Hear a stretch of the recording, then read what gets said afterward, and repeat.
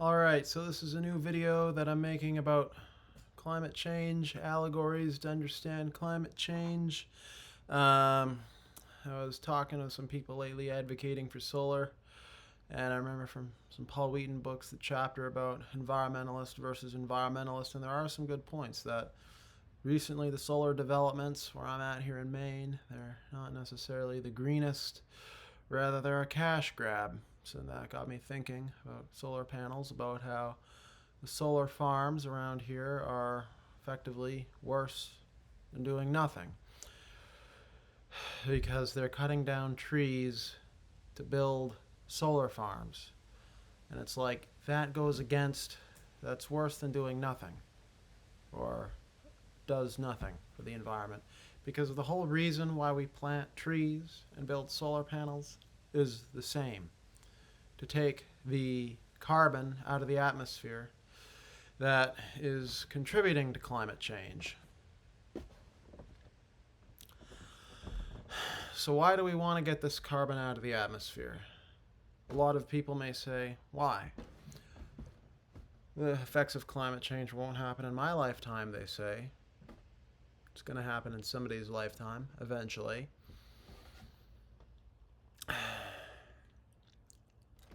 Why should we? Well, I like to say it like this. There's two analogies that I like to say. Number one, to understand the physics of climate change, understand a cheap aluminum pan. These pans are analogous for our atmosphere. Before the Industrial Revolution, our atmosphere was like a cheap aluminum pan. Not a lot of mass to it, not a lot of material to it. It could release energy quickly and hold energy quickly. Hold energy quickly. Anyway, so it could absorb energy quickly, release it quickly. And then as we started burning more fossil fuels, coal, petroleum, and natural gas, our atmosphere had more mass to it. Became less like a cheap aluminum pan, more like a cast iron skillet. Holds more heat. Can destabilize planetary climate systems easier. You could say global warming induced climate change would be the best way to put it.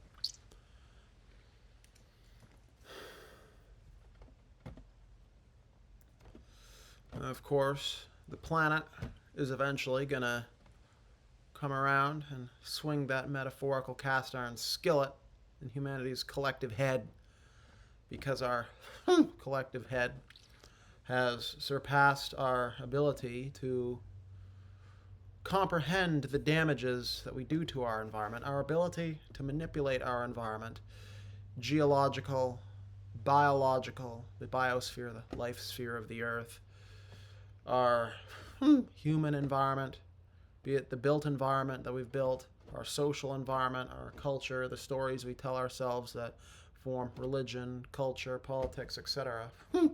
Our ability to manipulate our environment has, in human history, now exceeds our capacity to comprehend the damages that we're doing to the environment. So now I need the next allegory. Why is climate change so deadly? For this, I use both humanity and the earth like a person. Before the Industrial Revolution, we were all fine and okay. Warm, we were cool, or whatever. Okay. But then we found the benefits of industry. And we found we like it warm with our modern industry. Early on in France and England and the Enlightenment, which was overall a good thing, people that use coppice agroforestry. I haven't fact-checked that, but I will sometime. Maybe in a year from now, and I can stop procrastinating, but that's besides the point. So anyways, coppice agroforestry created the very first charcoal and some of the very first fires and some of the earliest fires in the engines of the Industrial Revolution, particularly coal mines. So then England, France, they started mining coal. They invented the steam engine. Seems harmless, seems benign. Well, the burning of that coal became like a very, very light sweater one may wear. We're like, this is nice. And then sooner or later, we discover petroleum. In the 1850s, cumulatively, humanity does, United States, Britain, whatever. And then, so on goes our next jacket. More warmth, more convenience, you could say.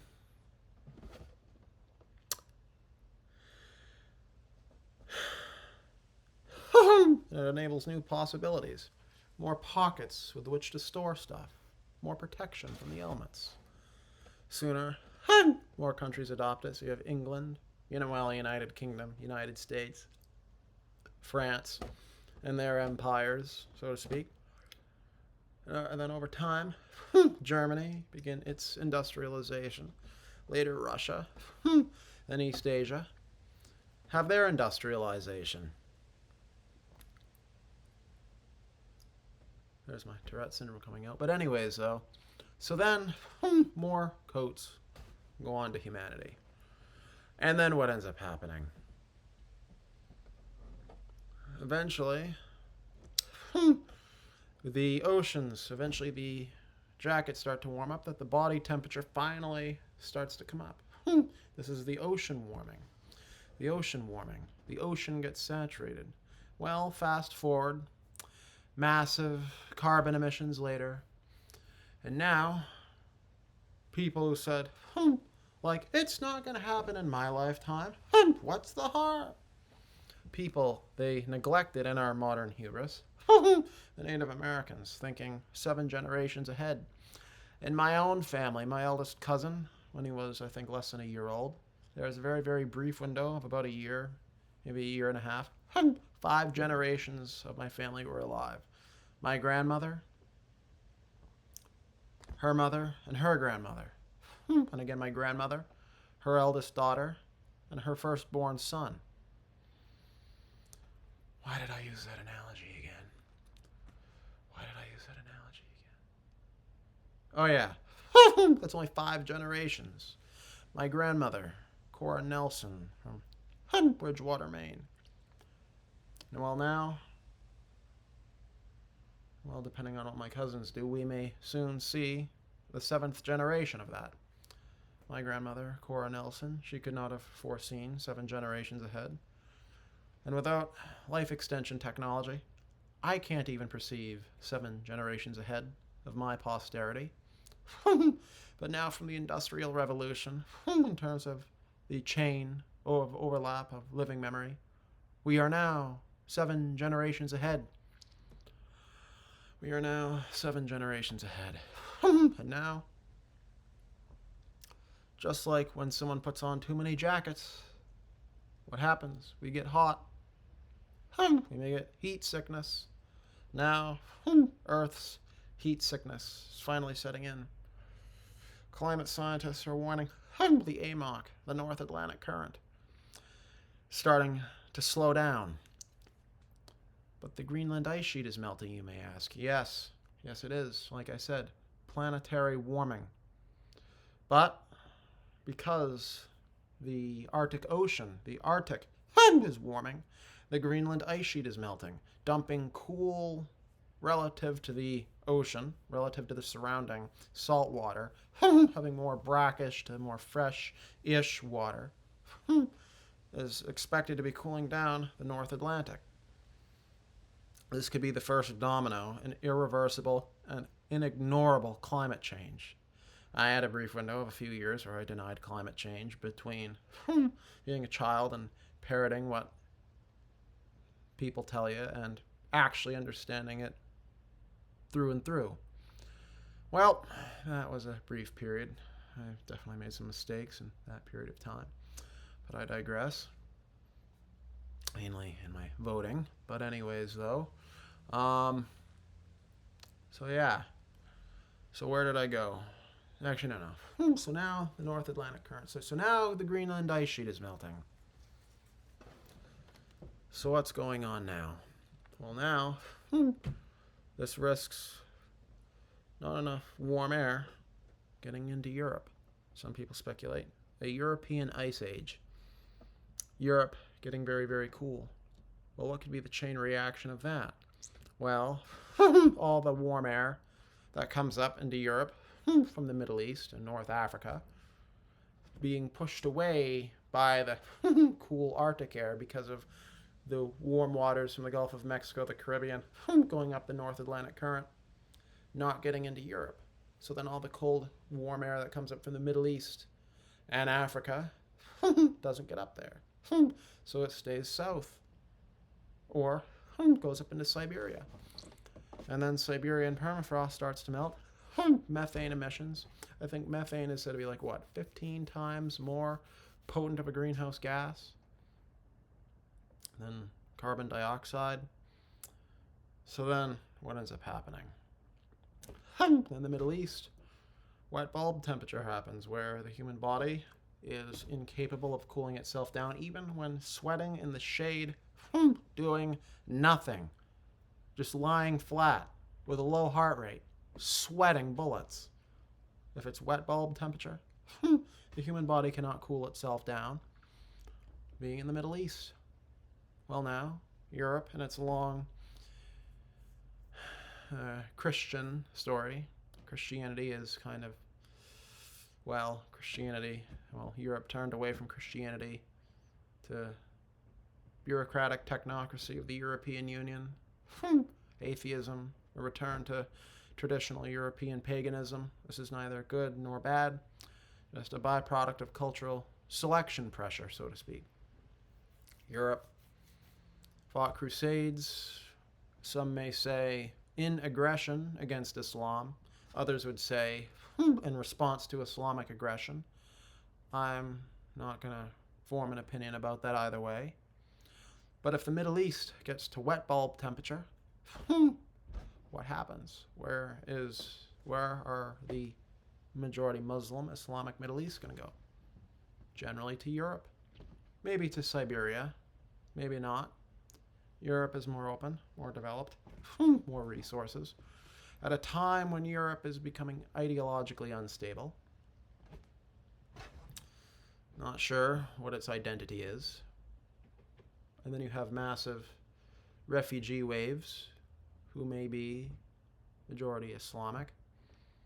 What happens then? What happens when we have a refugee crisis? Not like the 2015 refugee crisis because of the group that overran the Middle East in the mid-2010s. I don't want to get this video censored or whatever. You can look it up for yourself. That was, a few million? What happens if the entire Middle East is wet bulb temperature? People have nothing. And they resort to their ancient religious texts. They read deep into the Quran. And then what happens as Europe, the bureaucracy fails? They resort once again to nationalism, paganism, and they look back to the mid-1930s and what happened there. And people, I hate to think of the holy wars, the climate change-induced holy wars that could happen between the Middle East and Europe. That's one example of what could happen. And again, back to the climate, back to the planet. So then Asia, Siberia warms up. The permafrost melts. You get record typhoons, El Niños, the tropics heating up. The last El Nino, I think there was, which is when there's a massive amount of tropical humidity, which that destabilizes agriculture. I think it was, in the 1870s, 1880s? I believe, if I have my facts right, it killed something like tens of millions. Some people speculate 50 million.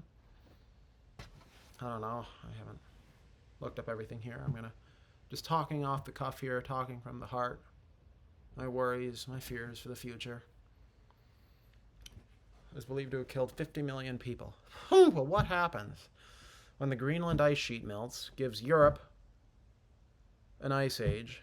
Europe, which in turn that causes more hot air to get stuck in the Middle East, heat domes over the Middle East, causing a holy war, climate change, refugee-induced holy war. Siberia gets hotter, so the tropics warm up. Well, what happens then? El Niños. El Niños happen.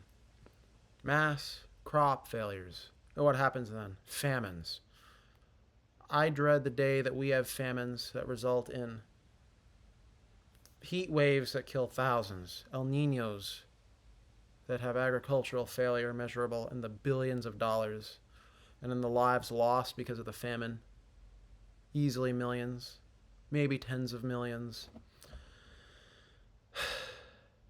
And then all that warm ocean air slowly goes down around Antarctica, Atlantic Ocean, Pacific Indian Ocean. Others would say the Southern Ocean, depending on perspective. So then the Southern Ocean warms. The Doomsday Glacier, Thwaites Glacier melts. Sea levels rise 30, 40 feet. There goes the Amazon. Venice, London, New York, Los Angeles, Karachi, Pakistan, Mumbai, Dubai, India. No, wait, I got those reversed. Mumbai, India, Dubai, United Arab Emirates, Mecca, Jerusalem. I think Jerusalem's too far above sea level, but anyways, though. Bangladesh, Indonesia, Shanghai, Tokyo, underwater. What happens then? What happens then? Now, that's not to say that all hope is lost. What can we do in our own lives? Well, I hold out hope that there is still change. If individuals take radical action, radical but pacifist action in their own lives, we build earthship homes, off-grid, integrate with physics rather than working against nature like our contemporary homes, which are basically built around the ability of a car to live in a garage, and our ability to center our life around work and a television, exhaustion, our life force energy being strip mined by capitalism, just like the industrial age strip mines the earth for the fossil carbon that risks to kill off a significant amount of life on earth because of planetary heat stroke, just like humanity putting on too many comforts for convenience, and that comfort and convenience ends up being what does us in as a species, as a planet, as a biological life sphere. I still hold out hope. We can build earthship homes as ramparts against the worst of it, buried into the earth, buried by the earth, so we can protect ourselves from the El Ninos, face towards the sun, so we can protect ourselves from the regional ice ages in Europe. Recycle the wastewater as fertilizer, growing food in a greenhouse that buffers us from the extreme cold or the extreme heat. Look up the global model Earthship. They've been built anywhere. The first generation, single-wide, slanted glass global model Earthship. They've been built anywhere from Mexico to Alberta, Canada. And yet people say, it couldn't work in Maine. It couldn't work here. And they've been replicated everywhere in the world. Japan. Or was that a simple survival Earthship? But anyways, though, we can build Earthship homes as ramparts. Then we need policy changes that does not have the absurdity of cutting down forests to build solar farms. Because people don't want to put the money to put them on rooftops because it's a cash grab. No, they'd rather cut down a forest, get the money to put up the racks that the solar panels go on, instead of paying and then thus cut down the trees to break even on the installation costs, instead of fronting installation costs to protect the forests. These solar farms have a lifespan of, well, assuming that they're not policy-wise 1,000-year solar farms that are going to be here for the next 250 to 1,000 years. Congratulations, we just set back the forest's ability. They're probably, well, the solar farms are probably going to be around like what? Maybe 50 years generously. And that's assuming, of course, that solar panels aren't the next PFAS or DDT. Silent Spring, Rachel Carson. DDT is good for me, but it causes cancer. But anyways, though, where was I going with this?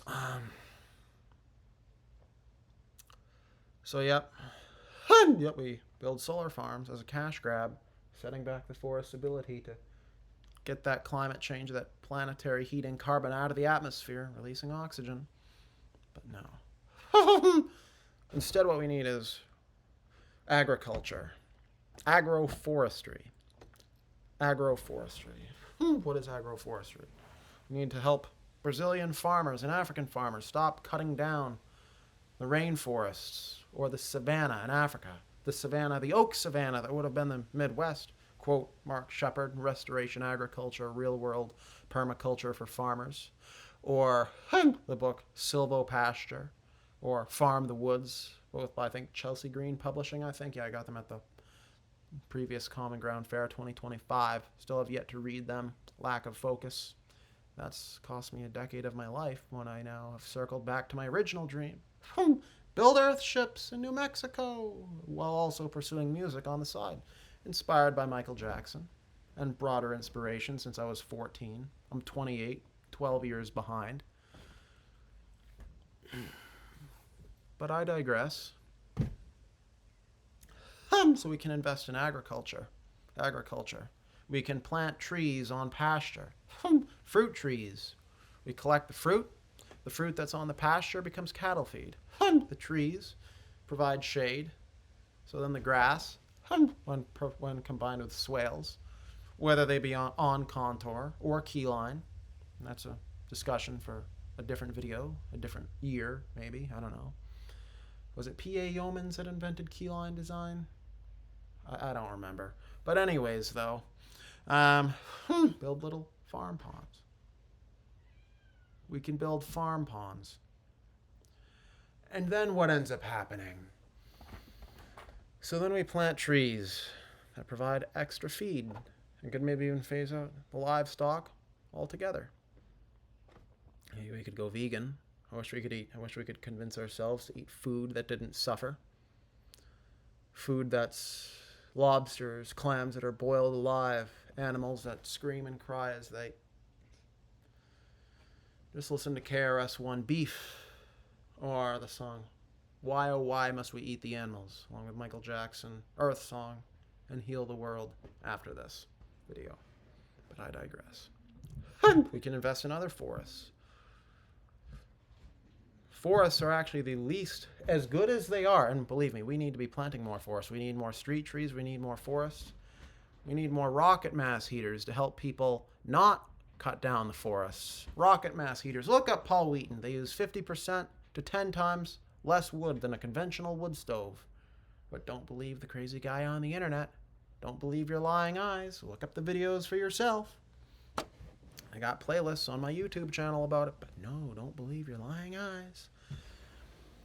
Being sarcastic there.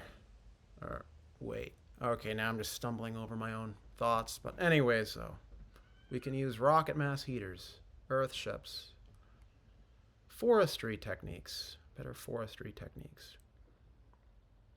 And interestingly, wetlands hold even more carbon.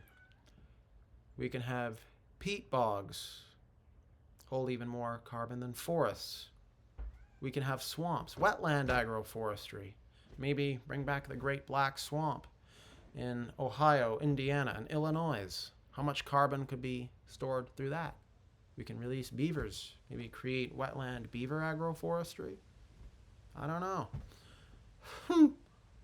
Mangrove agroforestry, which can also prevent coastal erosion before the sea levels rise.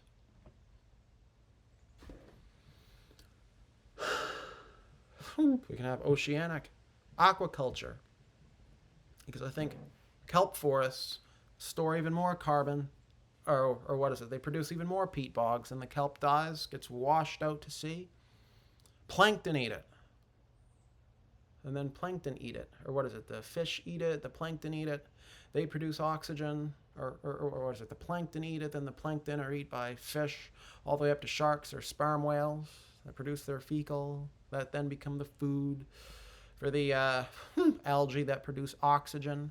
And I think just a cubic acre of ocean, actually, like if you were to do like a cubic acre that's like a quarter acre tall by 4 acres square, a cubic acre, I'm pretty sure that's like a cubic acre of ocean, or whatever cubic measure you want to use, produces more oxygen than terrestrial forests, than tropical rainforests, which produces, I think, tropical rainforests if they're old growth, produce the most oxygen of any terrestrial forest. And again, wetlands produce more than that, and the ocean produces even more than that. But that's not enough.